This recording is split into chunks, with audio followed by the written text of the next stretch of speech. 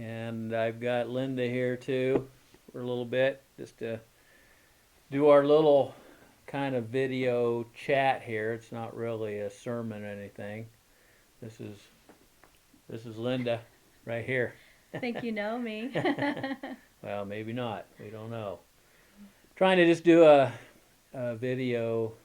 It's kind of like a video chat. I mean, we're just going to give a few thoughts or something. It's not necessarily a sermon, and I don't if it's beneficial to you, or if it works for you, that's good. We're just trying to keep somehow some kind of communication or something going, just let everybody know what's happening. I was pretty hopeful the end of or the beginning of this week when the federal government ended its 15-day uh, kind of period of time, and I was thinking maybe things would relax, but that didn't happen, and now they're going to extend it clear till the end of the month of April, and it looks like right now the Oregon Conference is going to extend the churches being closed till April 30 or till the end of this month as well.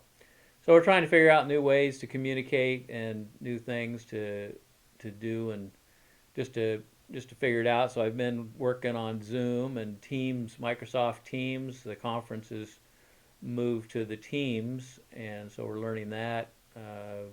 Trying to learn how to do video and make it so that it's halfway decent, and Zoom. So there's a big learning curve, a lot of stuff that we weren't doing before that we're trying to do, and hopefully we'll be able to. I think even when this is all done, these will be technologies that will still make church probably work better.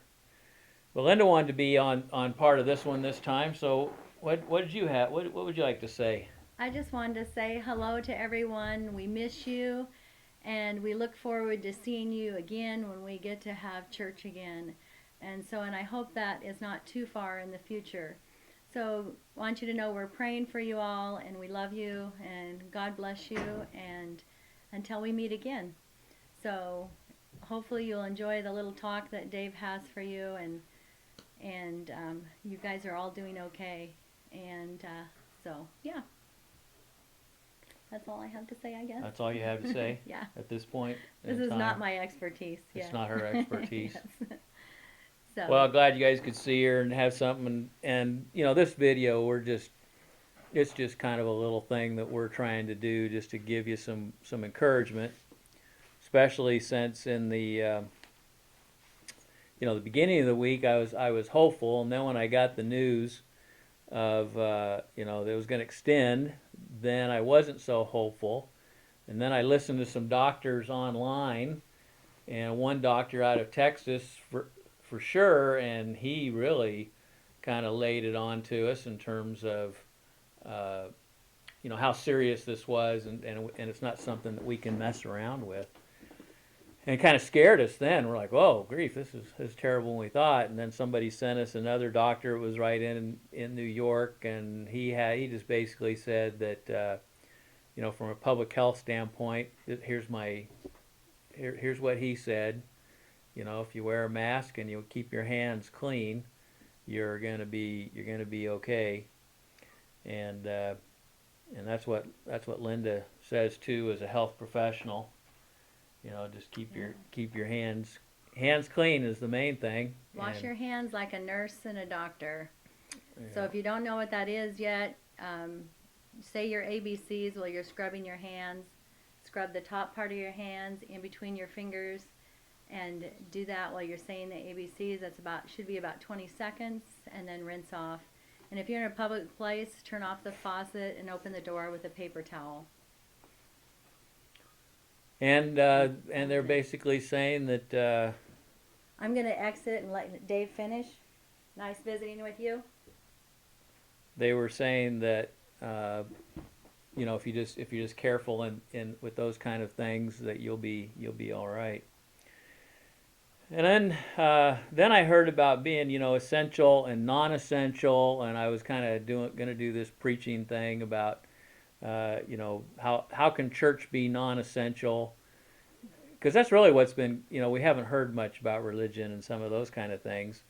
So that's kind of hard to actually be thought of as your whole life's work and everything you do as being non-essential all of a sudden. And so where did that happen? when religion and being together as church is non-essential. And then, just the idea of a democratic government is all about meeting, being able to meet together. That's how it all works. It's people interaction. And so I'm working on some of these technology things, but basically I'm more of a people person than I am the look at the camera, kind of kind of thing. But we'll try and do the best we can with this thing. And so then we had another meeting, and now we know that we're non-essential, and not only that, as I was talking with Pastor Greg, we found out we were not only non-essential, but we're old guys, and so we, even then you may be expendable, and so so I was kind of down and out about all of that. And then I was looking at it's kind of almost, so I was ready to flee to the hills. That's what it does, because in Matthew chapter 24, verse 16, it says, "Then let those who are in Judea flee to the mountains." And so the end time stuff, the abomination of desolation, spoken of by Daniel, it says, "Well, then run and flee." So I fled to the mountains. I ran up into the woods with my bug-out bag and my bug-out vehicle, thinking that maybe that was the way to go. And when I got up there, it was hard to find anything to eat. It was wet and rainy, and it was cold. And I was going, well, back home I still have heat, and I still have water, and I still have all kinds of good things there. I have garbage service and internet. And so I thought, well, maybe it's not time to flee to the mountains yet. So I thought, well, I'll go back. So now I'm back. And it was interesting because as I started, I wasn't even sure if I was going to do a video this week. And then I started looking at some of the end time texts like Matthew 24 and Matthew 25. And there was a theme that kept coming up. And the theme that I kept reading as I saw this was that even though we're going through uncertain times and difficult times, for the most part we're all still doing pretty good, and even if we did get sick, we're feeling like we're getting better and doing better. But there was a theme that kept coming up, and the theme was seen at the beginning, Matthew chapter 24. Verse 13, and my Bible, New King James Version, says, "But he who endures to the end shall be saved." And the Message Bible talks about he who doesn't quit, or he who doesn't leave, or that was kind of what the theme was. As long as you stay in there and hang in there, that's really all that's necessary. Don't quit. That is what it said. And I kept seeing this because I thought, well, I'm going to run to the hills and I'm going to flee to the mountains and all those kind of things. And then I thought, well, maybe the whole idea is that when it would get down to the time of the end, and whether that is what we're in or not now, I'm not sure, but it's at least a good training ground to say, what's it like in the time of the end if it's not. And basically what it says is just stay around. Don't quit. Don't give up. Endure to the end is kind of what it says. And one of the parables that comes right after Matthew 24, which talks about the time of trouble and the great tribulation. Matthew 25 is the parable of the wise and foolish virgins. And our church has held on to that parable for a long time. It's always been a very important parable for us. And as I was looking at it, one of the things, and we've really put a lot of emphasis on the fact that they didn't have oil, and it was because they didn't have oil that they weren't able to get in. I would like to suggest that the reason that the foolish virgins didn't get in was, number one, they thought it was going to take less time than it did, and so they really didn't think they needed any more oil. And the other ones, the other five, basically said, well, he might take longer, and if he does, I'll just have some extra oil with me. But even if they didn't take enough oil, the parable doesn't really say that it's because of oil that you got in. It was the oil that was the excuse. And really what kept them from being able to go in is they left the other virgins and went back to the city to shop, and then the bridegroom came. And so they left. They did not endure till the end. It would have been interesting to see in terms of that parable uh, what would have happened if they just would have stuck around and would have been there when the bridegroom came. Because later on it was this idea, he said, I don't know, I don't know you, but the reality of it was it says, watch therefore in Matthew 25:13, for you know neither the day nor the hour in which the Son of Man is coming. And so it is like the parable, it says that the kingdom of heaven is like this parable. And the kingdom of heaven, in terms of the parable of the wise and foolish virgins, it may be that really what it is just staying around, not leaving, not giving up on the fact that the bridegroom may show up, and so don't leave. And that's one of the things these kind of situations do for us. These situations basically test us, or test whether we're going to stick around, whether we're going to endure, whether we're going to be patient, whether we're going to run away, or whatever we're going to do. And so we kind of know, well, what's our staying power? What's our ability to be able to hang in there? And so that's one of the benefits of this time that we have. And so I have an arrow here. This arrow actually was made locally by Steve Alley. And he is an individual that he studies these Native American arrows, and then he makes a replica. And this is one of the Hoopa tribe. It's a Hoopa arrow. And I don't know if you can see it real well, but he even makes the point on the end by hand, and he puts all the design and the type of feathers and everything into that. And the Hoopa tribe actually is a tribe that was in Klamath Falls. Many different tribes down there. They were just a small group that had that. But I was studying about arrows because the interesting thing about an arrow, it's not like a bullet. A bullet just stops from one place and then it goes. But an arrow, you have to have a bow to go with it. And what actually that I just read recently, which I never really paid much attention to, was the idea that an arrow has to go backwards before it can go forwards. And it's the power of that going back that gives the arrow its reason for going ahead.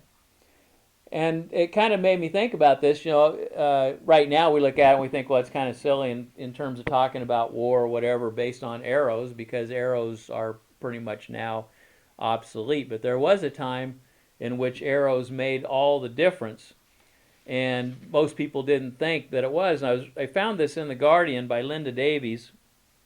She wrote a book about the longbow, and this is in The Guardian, Sunday, the 25th of October 2015, and she wrote this little thing about this battle that took place. France and Britain were always fighting, and Britain was trying to take over France so they could have that property, and France trying to take over Britain so they could have their country, and they did that for a long time. Matter of fact, it was called the 100 Years' War. They were fighting for over 100 years. And she writes, along with the Battle of Crécy in 1346, the Battle of Poitiers in 1356, the Battle of Agincourt in 1415, was one of the three legendary victories for the English against the French during the 100 Years' War. This long-running war was a series of conflicts waged from 1337 to 1453 by England against France, as the English kings tried to win French territory and the French throne for themselves. In the lead up to the Battle of Agincourt, it looked as if King Henry V was leading his army to disaster. 2 months earlier, the king had crossed the English Channel with 11,000 men and put siege to Harfleur in Normandy. After 5 weeks, the town surrendered, but half of Henry's men had died in battle or of disease. Henry needed to flee back to England. He headed northeast to Calais, where he aimed to meet the English fleet and sail home. But on the way, he marched into a trap. At Agincourt, a massive French army of 20,000 men were waiting. hugely outnumbering the exhausted English archers, knights, and men-at-arms. And it wasn't just an old army waiting for him. The cream of the French aristocracy had gathered to inflict what they thought would be a massacre on the English. The great prize was to be King Henry himself, who they aimed to capture and ransom for a fortune. Only it didn't work out that way. Against all the odds, King Henry V triumphed over a fresh army 4 times bigger than his own because, arguably, King Henry's forces had the longbow. The massively powerful longbows were the medieval equivalent of modern machine guns. They could wound at 400 yards, kill at 200, and penetrate armor at 100 yards. The 5,000 longbowmen, each losing 15 arrows a minute, let fly a total of 75,000 arrows in 1 minute, an arrow storm that was said to have blocked out the light of the sun. It caused thousands of casualties directly, but also indirectly by maddening the French horses, which trampled the close-packed ranks of French foot soldiers.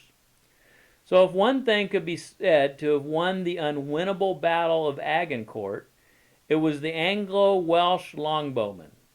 Traditionally, the glory of victory had always been assumed by the aristocracy, the knights and the men-at-arms, not by the yeomen or peasant archers. The Battle of Crecy, Poitiers, and Agincourt changed the martial balance of power between the nobility and the yeomen, or peasant farmers who wield the longbow. The idea that strength and skill could triumph over wealth and status was a revolutionary one. And I thought that was so appropriate, the arrow and the longbow, how it changed not only the course of that battle, but just the idea between the idea of who's essential and who's non-essential. Before they thought longbowmen were just non-essential. Most of them were peasants, and we could just let them die and it wouldn't affect anything. But in this case, they evened the battlefield, and it recognized that everybody was essential. There was nobody that was non-essential. And I think those 2 terms that we're dealing with now, we're looking at people essential and non-essential. It's actually, I think, the one thing that we're going to need to try and hold on to as Christians is realize that everybody is essential. There is no such thing as a non-essential person. In Christ's eyes, he died for all. And as he died for all, that meant that he was willing to die even for the essential ones. Even those who are sick, even those who may be coughing, those who are from other countries, and all of those. That's one lesson that we can learn here today from the arrow. That even though we're set back, even though that we're not moving forward like we could, sometimes a setback will move us farther and faster than we ever thought we possibly could go, and make strides and headways beyond what we can. So my message for this week is basically to say, hang in there, endure to the end, because really that's what it says. But he who endures to the end shall be saved. Everyone is essential to the Lord. I've been thinking a little bit too about, okay, how can we meet? And so I've been down to Jerry's, and I noticed at Jerry's they have plexiglass, so I'm thinking maybe if I plexiglass the whole pulpit and the podium, then because really what it's all about is trying to keep me safe, right? So, and that when I speak and when I preach, I spit droplets out, and that's what they said is the problem with church. I saw a doctor from Korea who said that's really the problem with church. You put them in a small area and it's all enclosed, and everybody's praising and they're sending spit out, and these droplets are getting all over, and that's why all these people are getting sick in church. So you can't have church. And so basically I thought, well, okay, maybe we'll put the plexiglass around the pulpit, and then I got my own personal care items here. And so, first off, I've got to have my own special garment here. So, and it's in black, so I think it will work for my own special protection. So this is if droplets or something get on my clothes, we can take that off. Of course, you got to have a mask. You got to have your mask. I don't even know how to put a mask on. Got to have the mask. So there I got the mask. Now I got to have my personal head protection, ear protection, head protection, eye protection. That's it there. Oh, and then here, basically, I have my hand protection. So I think possibly, if we're real careful, even with this outfit, I can still shake your hands and I will be safe. And I think maybe if we continue to think, we might actually be able to get back to church again and be able to make that happen. But we don't know yet. But fortunately, I have the equipment now so that I can shake your hand and be within that close distance for you. So I hope that we will see each other soon and we'll be able to get back to life as normal. But until then, endure to the end. Until next time, take care.